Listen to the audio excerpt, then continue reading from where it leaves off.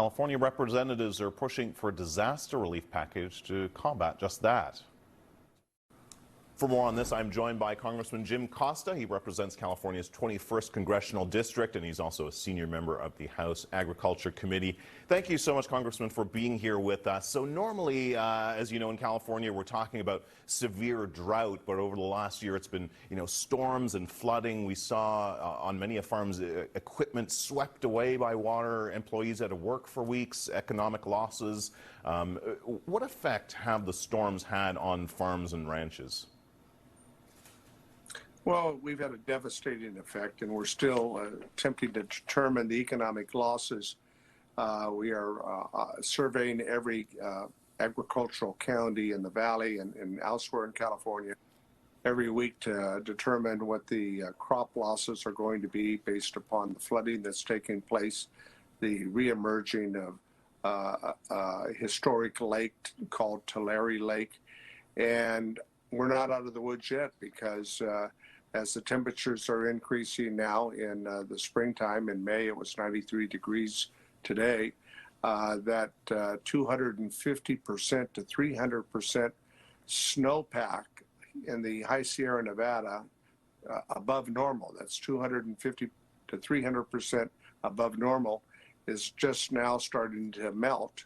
And so we're concerned about additional flooding.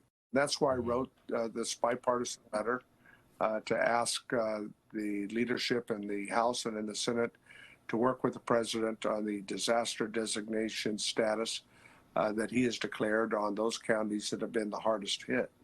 So what exactly would that do? Well, the disaster status makes funding available from FEMA, and it also provides additional funding from other sources as we're determining how we're going to make up the losses that have been impacted by our farms. We've had dairies that are milking 2,000 cows and more that have had to be relocated, and that's quite a challenge to move 2,000 to 3,000 cows and then to try to find a setting where they can continue to be milked. Yeah. So and it's not just the farms as well, right? I mean, it's the farm workers too who are extremely vulnerable. I was reading some 12,000 jobs were lost last year. Yes, and that number will sadly, I think, grow because land that cannot be put back into production. I mean, usually we are in the middle of planting season in March. We're now at the end of April, and we're now just starting to plant some of these crops where we can get in the ground.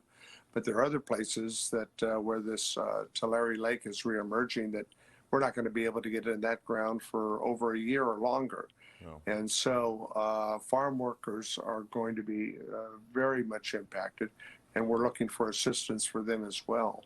And impacted not just the farmers and the workers. I mean, it's something that affects us all. Your state, as you know, produces a third of the nation's vegetables and 2/3 of the fruit, and Canada as well gets a lot of its produce from California as well. So what are the downstream effects on the food supply? Will things be harder to get? Will they cost more? Well, undoubtedly they're going to cost more. I mean, let me give you some numbers. I mean, California produces 98% of the processed tomatoes. That's tomato sauce for pasta and for pizza and all those wonderful things we enjoy. 85% of the citrus. And so we are still trying to determine how our Navel and Valencia oranges and our mandarins have been impacted. 75% of the world's almonds, 50% of the world's pistachios, 20% of all the milk product for the United States is produced in California. So we're the #1 agricultural state. People tend to forget that, with over 300 crops that we grow. And so we're going to find that impact in the grocery store and in our favorite restaurants and fast food places. We don't know what the totality of that's going to be yet at this time. We're trying to make a determination so that we can try to mitigate for those losses. Yeah, it's so vital for so many people and so many Americans across the country. Congressman Jim Costa, I have to leave it there. Thank you so much for being here with us. Really appreciate it. Thank you.